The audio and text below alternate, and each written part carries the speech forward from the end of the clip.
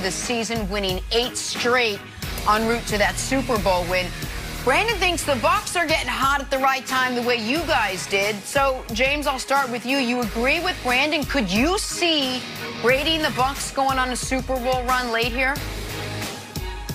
Definitely, I would have to agree with that. Right now, like you said, they're getting hot at the right time. You're going into December, January football, and they're inclining. They're playing better. The defense is playing better. I believe they're third in sacks now. They're getting pressure on guys. They're able to stop the run. That's something you're going to have to be able to do. In December football when you're playing in bad weather.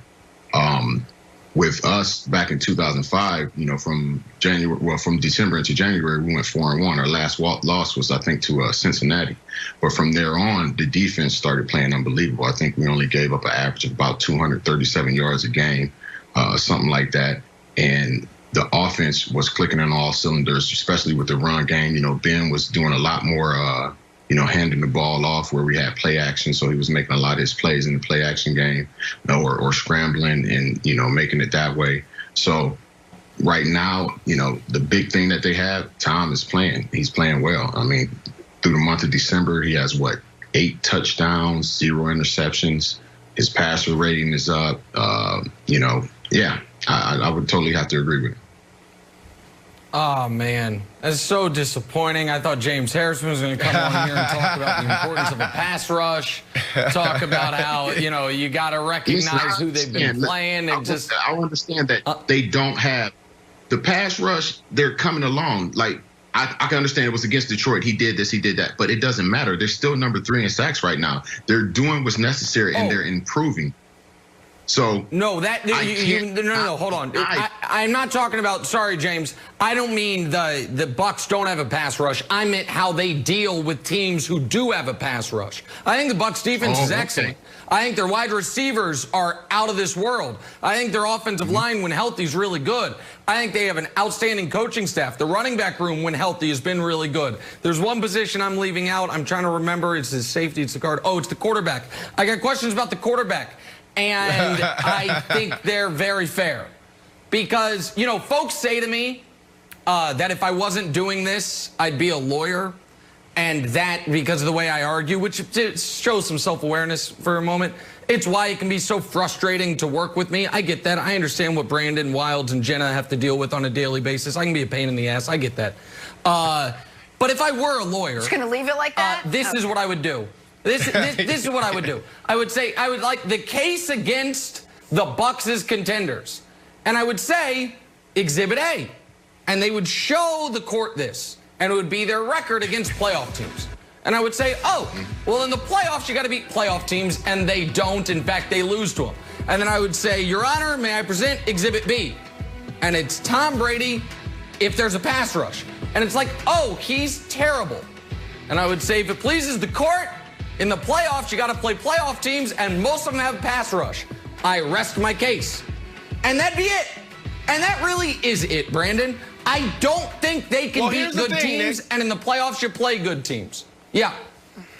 Well, here's the thing. This is why we asked you the question, James, and this is why, I always go back and look for that 2005 Steelers team, because every year there's always one team that comes out of nowhere. You're like, man, I never would have thought the Tennessee Titans would be that team. I never would have thought the Buffalo Bills would be a team that we should be scared of, right? So when I look at this year, there was 2 teams to me I was like could potentially be that 2005 Pittsburgh Steelers team. It was the Tampa Bay Bucs, and it was the Las Vegas Raiders. Las Vegas Raiders implode, so now I'm left with them. September, October doesn't really matter. Now we get into the late days in November, early days in December, going into January. I want to see if these guys can right their wrongs. I want to see if these teams can fix those things. So, Nick, you have a great point, right? Every time we talk about Tom Brady, going back to the New England days, it's always he can't handle the pass rush. We go back to them against the Giants. It's the same thing. What happened? Those front four OC Michael Strahan, they demolished Tom Brady, right? So it's the same thing. But what happened? He went on to win multiple Super Bowls after that. So what I am banking on is that this defense will continue to play lights out and get better and fix some of their issues that they do have. And then on the offensive side, the identity, the continuity issues, the chemistry that we've been talking about all year, they will work on that. They will fix that. I would have to believe that there are meetings right now talking about pass pro against those teams. Because, Nick, you are right. When they play against a team that can rush for and get to Tom Brady, it can get ugly. But that's Bruce Arians and Tom Brady's job to make those adjustments. Listen, man, stop that. Any team that can rush for it to the quarterback is going to be a problem. Thank you. This is why we need you more on the show. We need a defensive guy. It's going to be a problem. So stop all that. Like, it is a legit chance that they have with the similarity between how we did it in 2005 and how they're progressing right now in 2020. It's a legit chance. I think you might be a Brady hater. I'm not a Brady lover. I'm not a hater, but I do like him a little bit more than I did before. Excuse me.